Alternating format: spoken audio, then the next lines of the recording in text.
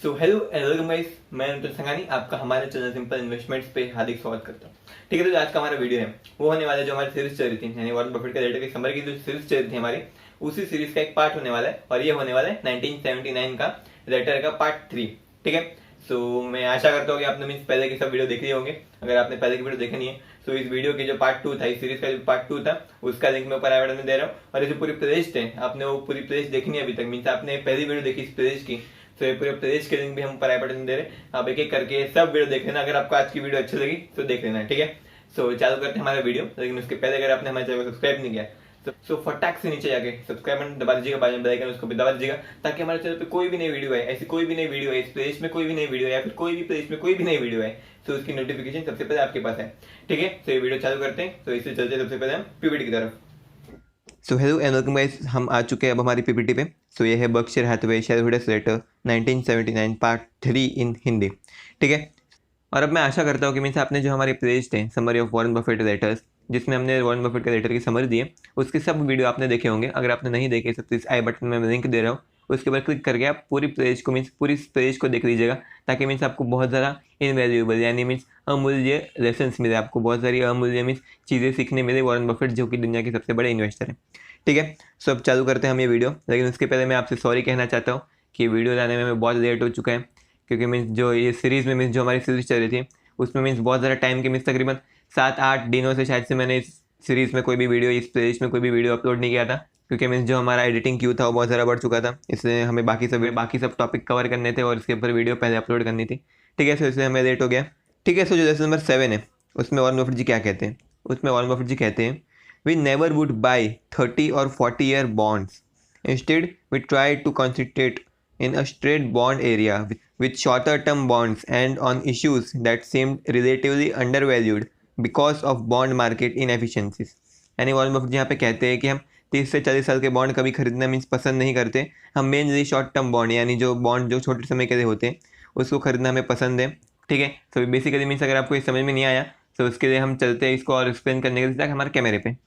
ठीक है, तो जैसे नंबर 7 था उसमें वॉरेन बफेट जी कहते हैं, वे कहते हैं कि 30 और 40 साल के जो बॉन्ड आते हैं, यानी ऐसे बॉन्ड जिसकी मैच्योरिटी 2010 या 2020 में होगी, यानी मीन्स ये जो लेटर था वो 1979 में लिखा गया था। ठीक है, तो अगर वहां से आप 30 या 40 साल गिनोगे तो 2010 या 2020 में आते हैं, यानी अभी के टाइम में। ठीक है, तो कहते हैं कि जो 30 और 40 साल के बॉन्ड है उसमें हमें कोई भी इंटरेस्ट नहीं है, उसमें मीन्स हमें बेसिकली 0% इंटरेस्ट है, मीन्स हमें मतलब ही नहीं उस बॉन्ड से। ठीक है, वे कहते हैं कि हम इन चीजों में फोकस करने की जरूरत ही नहीं है हमें, हम सिर्फ शॉर्ट टर्म में स्ट्रेट बॉन्ड में फोकस करते हैं। स्ट्रेट बॉन्ड यानी क्या? स्ट्रेट बॉन्ड यानी नॉर्मल बॉन्ड, जैसे हमने बताया था। अगर आपको पता नहीं बॉन्ड क्या होता है तो उसके ऊपर हमने वीडियो बनाई है, उसकी लिंक ऊपर आई बटन में। ठीक है, तो आप देख सकते हो।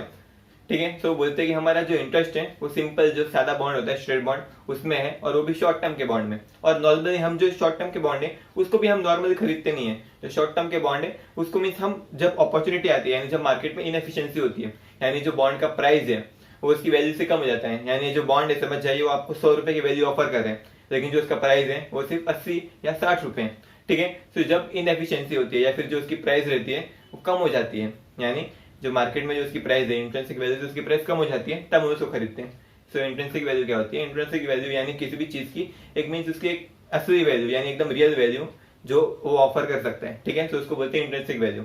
ठीक है, तो जब प्राइस उसकी इंट्रिंसिक वैल्यू से कम हो जाती है तब हमें ऐसा लगता है कि हाँ भाई वहां पे अपॉर्चुनिटी है, यानी जो प्राइस का जो डिफरेंस है इसमें हमें फायदा मिल सकता है, तो इसे हम वहां पे खरीद सकते हैं। ठीक है, तो यहाँ से हमें सीखने क्या मिलता है? यहाँ से सीखने में यही मिलता है कि आपको कोई भी इन्वेस्टमेंट बेकार जगह पे नहीं करनी चाहिए। यानी बेकार जगह क्या होती है? बेकार जगह यानी ऐसी जगह जहाँ पे आपको अपॉर्चुनिटी नहीं दिखती। आपको अपनी हर एक इन्वेस्टमेंट सिर्फ और सिर्फ अपॉर्चुनिटी के पास ही करनी चाहिए। यानी समझ जाइए आपको मीन्स ऐसा बॉन्ड से ऐसा नफरत है या फिर स्टॉक से प्यार है, तो आपको ऐसा नहीं सोचना चाहिए कि हाँ भाई मैं स्टॉक में इन्वेस्ट करूंगा, क्योंकि मीन्स आपको अपॉर्चुनिटी कहीं भी दिख सकती है, चाहे फिर वो बॉन्ड हो या फिर किसी भी कंपनी का स्टॉक हो।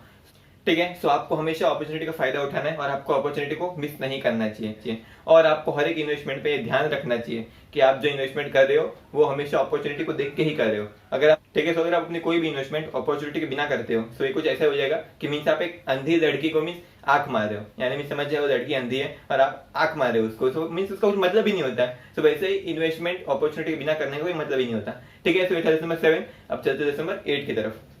ठीक है, सब मैं आशा करता हूँ कि आपको ये पीपीटी समझ में आया होगा, आपको लेसन नंबर 7 हमारा समझ में आया होगा। लेकिन अभी इस लेसन नंबर 7 को कंप्लीट करने के लिए एक और पीपीटी भी है जो हमने मीन्स जो हमारा एक्सप्लेनेशन बताया हमने कैमरे पे, उसमें वॉरेन बफेट का जो पॉइंट है वो यही है। So the point is that you should not invest anywhere until you see an inefficiency or an opportunity there. Investing without opportunity is like winking at a blind girl that is of no use. यानी इसमें Warren Buffett जी कहते हैं कि means आपको कहीं पे भी opportunity दिखती नहीं है, वहाँ पे आपको इन्वेस्ट नहीं करना चाहिए। अगर आप अपॉर्चुनिटी के बिना कहीं भी इन्वेस्ट करते हो तो ये वही बात हो जाएगी कि मीन्स आप एक अंधी लड़की के सामने आंख मार रहे हो, मीन्स कुछ काम का नहीं हो जाएगा। ठीक है, सो मैं आशा करता हूँ 10 नंबर 7 आपको समझ में आया होगा। अब चलते 10 नंबर 8 की तरफ। ठीक है, तो जो 10 नंबर 8 है उसमें वॉरेन बफेट जी कहते हैं, if so really wrong bonds may turn out to be obsolete instruments, and insurers who have bought these maturities of 2010 or 2020 could have major and continuing problems on their hand. We likewise will be unhappy with our 15-year bonds and will annually pay a price in terms of earning power that reflects that mistake. यानी इसमें Warren Buffett जी कहते हैं कि means जो हमने 30 से 40 साल के बॉन्ड तो खरीदे नहीं हमने, लेकिन हमने गलती से कुछ 15 साल के बॉन्ड खरीद लिए थे। ठीक है, सो अभी इस लेसन का एक्सप्लेनेशन करने हुए चलते हैं हमारे कैमरे पे।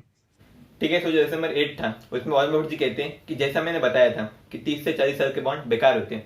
सभी लोग क्या समझे कि 30 से 40 साल के बॉन्ड बेकार होते हैं, तो शॉर्ट टर्म यानी 15 साल के बॉन्ड अच्छे होते हैं। लेकिन वॉरेन बफेट जी यहाँ पे क्लैरिफाई करना चाहते हैं कि जो 15 साल के बॉन्ड होते हैं वो भी बहुत ज्यादा रिस्की होते हैं, बहुत ज्यादा खतरनाक होते हैं और उसको भी नहीं लेना चाहिए, उससे भी लॉसेस हो सकते हैं। ठीक है, सो मीन्स ये जो 15 साल के बॉन्ड थे वो देखिए वॉरेन बफेट जी ने खुद ये गलती की थी कि मीन्स उनको लॉसेस हो रहे थे। ठीक है, और ये जो गलती है वो खुद मानते, इस लेटर में मानते। इस लेटर के 1979 के पार्ट 5 में हम बताने वाले वो गलती कैसे मानते हैं और उसको मीन्स क्या बताते हैं उस गलती के बारे में। तो यहाँ पे वो ये कहते हैं कि 30 से 40 साल के बॉन्ड तो खतरनाक होते हैं, बेकार होते ही है, लेकिन उसके साथ साथ 15 साल के बॉन्ड भी बहुत बेकार होते हैं। ऐसा बेकार क्यों होते हैं? क्योंकि मैं समझ जाइए आज आपने 100 रुपया बॉन्ड में लगा दिया बराबर, और इस बॉन्ड पे आपको 10% का रिटर्न मिल रहा है, यानी हर साल आपको 10 रुपया मिलते जा रहा है। ठीक है, तो समझ जाइए अभी इस साल आप 10 रुपए का एक वड़ा पाव खरीद सकते हो बराबर। सो भी कुछ सालों बाद यानी 3 से 4 साल बाद जो वड़ा पाव का प्राइस है वो बढ़ चुका है, वो हो चुका है 15 रुपया बराबर।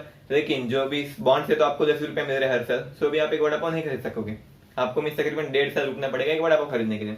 सो वॉरेन बफेट जी ये कहते हैं कि इन्फ्लेशन से जो हमारा बॉन्ड का जो रियल वैल्यू है वो कम होती जाती है, और अभी इन्फ्लेशन कितनी होने वाली है, महंगाई कितनी होने वाली है वो हम अंदाजा नहीं लगा सकते। तो जिसकी वजह से जो बॉन्ड होते हैं वो मीन्स एकदम बेकार होते हैं। लेकिन जो शेयर मार्केट में समझ जाए हम कोई स्टॉक देते हैं बराबर, सो इन्फ्लेशन बढ़ेगी तो साथ में रिलेटिवली जो स्टॉक का प्राइस है वो भी बढ़ने के पूरे चांसेस हैं, क्योंकि मीन्स जो स्टॉक मार्केट है वो हमेशा जो इन्फ्लेशन है उससे ज्यादा रिटर्न देती आती है। अगर आपको मीन्स स्टॉक मार्केट में इन्वेस्ट कैसे करना है वो भी नहीं पता, सो बेसिकली इंडेक्स फंड में इन्वेस्ट कर सकते हो। ठीक है, तो जो इंडेक्स फंड है वो आपके पैसे को महंगाई से बचाएगी। अगर आपको पता नहीं इंडेक्स फंड क्या होता है, उसके ऊपर भी हमने वीडियो बनाई, उसके लिंक ऊपर आई बटन में आप देख सकते हो।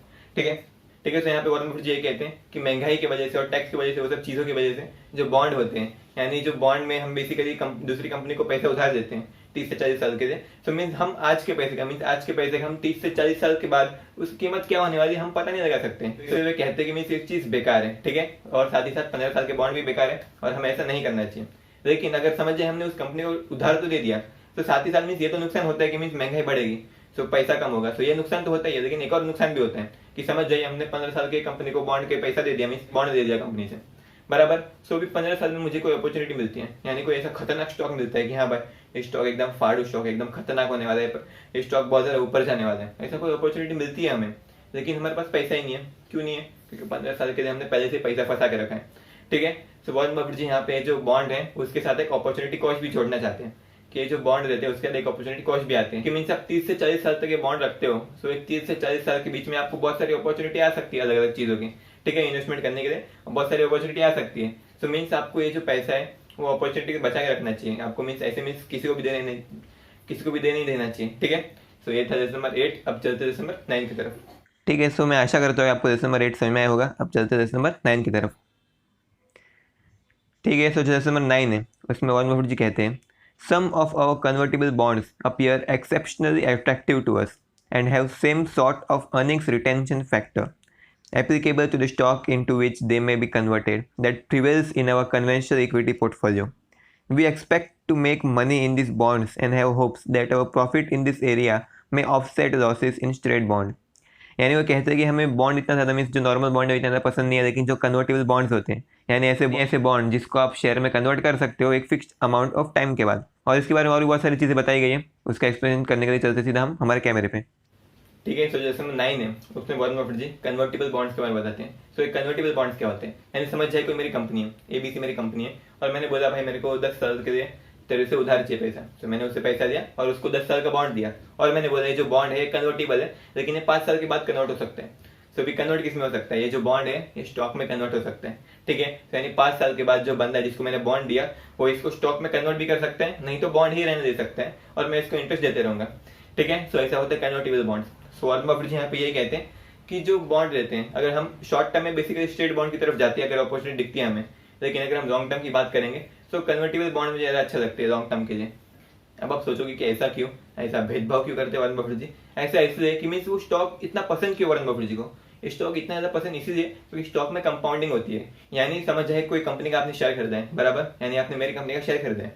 अभी मेरी कंपनी ने बहुत सारा पैसा कमाया, समझ जाए 100 रुपए कमाए, तो अभी 100 रुपए में से 50 रुपए वो अपने मालिक को देगी, यानी उसके शेयर होल्डर्स को डिविडेंड के रूप में बांटेगी, और बाकी का 50 रुपए अपने पास रखेगी, और उससे वो लोग अपनी जो बिजनेस है उसको बढ़ाएंगे, उसका एक्सपेंशन करेंगे और अपने बिजनेस में लगाएंगे, और उसका बिजनेस और बड़ा होगा, जिसकी वजह से जो मीन्स आप बोल सकते हो मीन्स ब्याज पे ब्याज मिलेगा आपको। ठीक है, तो इसको बोलते हैं कंपाउंडिंग। ठीक है, सो वॉरेन बफेट जी को इसी वजह से जो शेयर है वो इतना ज्यादा पसंद है, क्योंकि मीन्स उसमें एक अर्निंग्स रिटेंशन फैक्टर होता है, यानी जो पैसा कंपनी कमाती है उसको वो रिटेन कर सकती है, रिटेन यानी अपने पास रख सकती है। ठीक है, सो मीन्स वॉरेन बफेट जी को इसी वजह से शेयर बहुत पसंद है। और ये जो कन्वर्टेबल बॉन्ड है उसमें भी इनको ऐसा ऑप्शन मिलता है कि आपके पास बॉन्ड है, लेकिन अगर आपको बॉन्ड को शेयर में कन्वर्ट करना है तो आप कर सकते हो। सो इसलिए वॉरेन बफेट जी को जो कन्वर्टेबल बॉन्ड है वो ज्यादा पसंद रहते हैं स्ट्रेट बॉन्ड के बदले, स्ट्रेट बॉन्ड यानी नॉर्मल बॉन्ड के बदले। ठीक है, ठीक है, सो वॉरेन बफेट यहाँ पे इसी चीज की बात करते हैं कि अगर आपको बॉन्ड खरीदना ही है तो आपको मीन्स कन्वर्टेबल बॉन्ड खरीदना चाहिए, क्योंकि मीन्स वहाँ पे अपॉर्चुनिटी भी अच्छी रहती है, और मीन्स समझ जाइए अगर आपको स्टॉक में कन्वर्ट नहीं करना है फिर भी आपको फिक्स्ड इनकम आती रहेगी, और समझ जाइए आपके पास मीन्स आपको बॉन्ड अच्छा नहीं लगा तो आप उसको स्टॉक में कन्वर्ट कर सकते हो, और वहां से आपको डिविडेंड भी आ सकता है, फिक्स डिविडेंड, और वहां से आपको डिविडेंड भी आ सकता है, और साथ ही साथ में उस स्टॉक का प्राइस भी बढ़ सकता है, जिसकी वजह से आपको प्रॉफिट हो सकता है। ठीक है, और वो कहते हैं कि हमें जो 15 साल के बॉन्ड खरीदने की वजह से नुकसान हुआ था वो नुकसान की भरपाई ये जो कन्वर्टेबल बॉन्ड्स हैं वो शायद कर देंगे। ठीक है, अगर आपको ये वीडियो अच्छी लगी तो प्लीज लाइक से सब्सक्राइब कर देना, और अगर आपको ऐसी और वीडियो चाहिए, आपको मीन्स ऐसी मीन्स और ज्ञान वाला वीडियो चाहिए, आपको लगा कि इस वीडियो से आपको कुछ नया सीखने मिला, थोड़ा ज्ञान मिला, तो प्लीज चैनल को सब्सक्राइब कर दीजिएगा, क्योंकि हम ऐसी वीडियो आते रहने वाले। ठीक है, तो सब्सक्राइब बटन दबाइएगा, बेल आइकन उसको भी दबा दीजिएगा, ताकि हमारे चैनल पे कोई नई वीडियो है उसकी नोटिफिकेशन सबसे पहले आपके पास है। और ये जो पूरी प्लेलिस्ट है उसको भी देख लेना, और थैंक यू सो मच इस वीडियो को यहाँ देखने के लिए, थैंक यू सो मच। अब हम चलते हैं।